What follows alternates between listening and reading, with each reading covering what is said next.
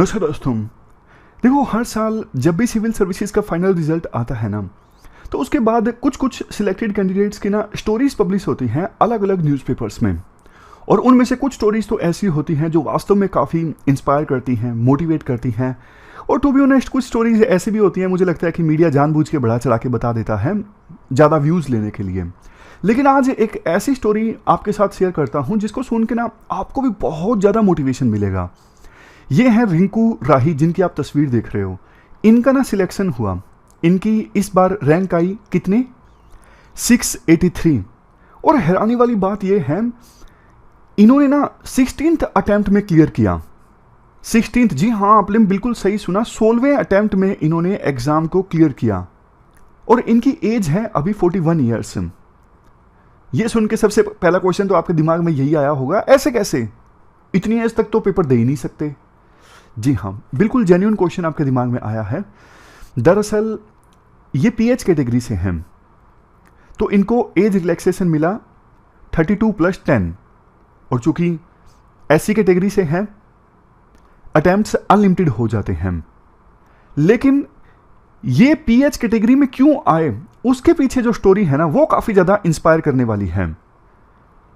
ये इन्होंने ना 2002 में बीटेक किया, एनआईटी जमशेदपुर से हैं, मतलब एनआईटी जमशेदपुर से बीटेक किया। उसके बाद गेट में भी अच्छी रैंक आई, 17। इस रैंक के बल पर तो देखो, अगर वो टेक्नोलॉजी की फील्ड में अच्छे से हायर एजुकेशन परस्यू करना चाहते तो कर लेते, कोई दिक्कत नहीं आती। लेकिन इन्होंने सोचा कि एडमिनिस्ट्रेटिव फील्ड में जाता हूँ, समाज और कम्युनिटी के लिए कुछ करता हूँ। तो इन्होंने ना 2004 का यूपी पीसीएस का टेस्ट लिया और फाइनली ये सिलेक्ट हो गए उस यूपी पीसीएस के एग्जाम में। 2008 में इनकी ज्वाइनिंग आई। 2008 में इन्होंने सोशल वेलफेयर ऑफिसर के रूप में ज्वाइन किया। लेकिन जैसे ही इन्होंने सोशल वेलफेयर ऑफिसर की पोस्ट पर ज्वाइन किया ना, इनको पता लगा कि डिपार्टमेंट में कितनी धांधलेबाजी हो रही है। यानी सोशल स्कीम्स के लिए जो पैसा डिसबर्स होता है ना, उसमें बहुत सारे फर्जी नाम इंक्लूड होते हैं। जिन लोगों को स्कॉलरशिप और पेंशन का लाभ मिलना चाहिए नहीं मिल रहा है, कुछ लोग फंड्स को मिसयूज कर रहे हैं। तो उन्होंने इस करप्शन के विरुद्ध आवाज उठाई, बट डिपार्टमेंट के लोगों ने इनको दबा दिया, इनको इन्फॉर्मेशन देने से मना कर दिया कि नहीं, इन्फॉर्मेशन नहीं देंगे। आरटीआई लगाई, उसका भी कोई खास रिप्लाई नहीं आया। फाइनली 2009 में जब इनकी पोस्टिंग मुजफ्फरनगर में थी ना, as a social welfare officer की पोस्ट पर, इनके ऊपर अटैक हुआ। और अटैक भी ऐसा नहीं कि लाठी डंडों से अटैक हुआ हो, नहीं, गोलियां चलाई गई और 7 गोलियां इनको लगी भी। इनका फेस देखिए आप। इनका कहना है कि उस अटैक में 7 गोलियां मेरे ऊपर लगी।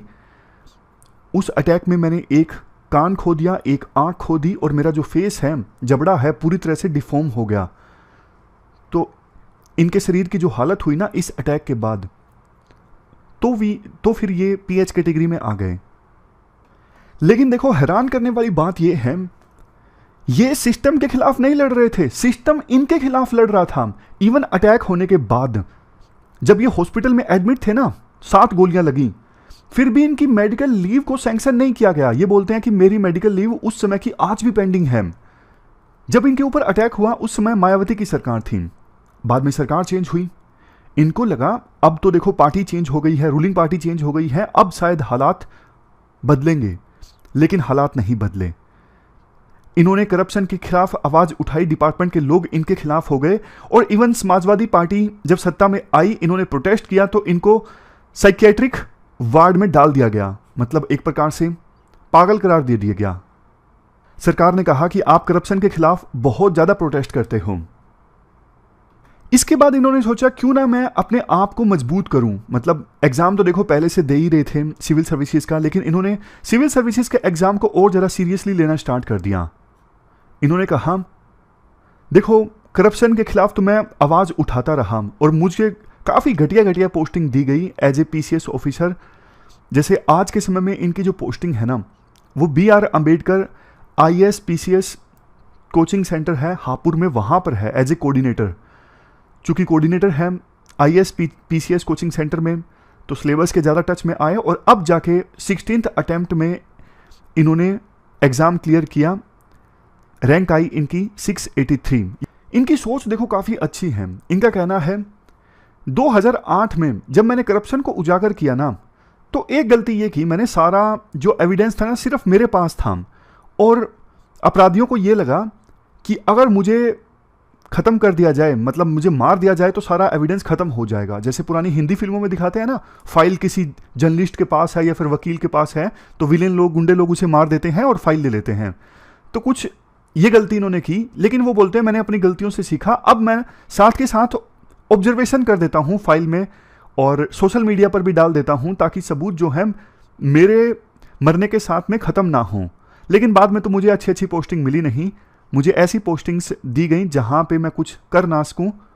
ट्रांसपेरेंसी इंटरनेशनल जो एक इंस्टीट्यूशन है, करप्शन का इंडेक्स जारी करता है, उन्होंने भी इनकी काफ़ी तारीफ़ की। इनकी जो स्टोरीज़ हैं पब्लिश हुई, समहाउ मैंने पढ़ा नहीं, शायद पहले पढ़ा हो तो मुझे याद नहीं है इनके बारे में, लेकिन मैं अब इनका सिलेक्शन हुआ ना तब मैंने पढ़ा। आप में से बहुत से लोग शायद इनको जानते होंगे, लेकिन मैंने अभी पढ़ा। और देखो करप्शन जो है ना, इससे होता क्या है, अगर कोई गलत ढंग से पैसा कमाता है ना, तो इसका मतलब कोई ना कोई बेनिफिशियरी जिसको लाभ मिलना चाहिए ना सरकार के फंड्स का, वो वंचित रह रहा है। सिविल सर्वेंट एक प्रकार से ट्रस्टी होते हैं, कैसे टैक्स पेयर का पैसा इस्तेमाल होना है गरीब लोगों के लिए, वो ये डिसाइड करते हैं सिविल सर्वेंट से। वो अपना काम ठीक ढंग से नहीं करते ना, तो इसका मतलब नुकसान किसको होगा? दोनों को होगा। वो लोग जो अपना टैक्स पे करते हैं, मतलब देखो कोई अपना टैक्स पे करता है, उसकी भी तो मेहनत की कमाई है ना, और कोई गरीब जो डिजर्व करता है ना तो उसको मिल रहा है, और टैक्स पेयर का पैसा भी ठीक से इस्तेमाल नहीं कर रहा है, तो फिर कौन रिस्पॉन्सिबल है? Civil servants.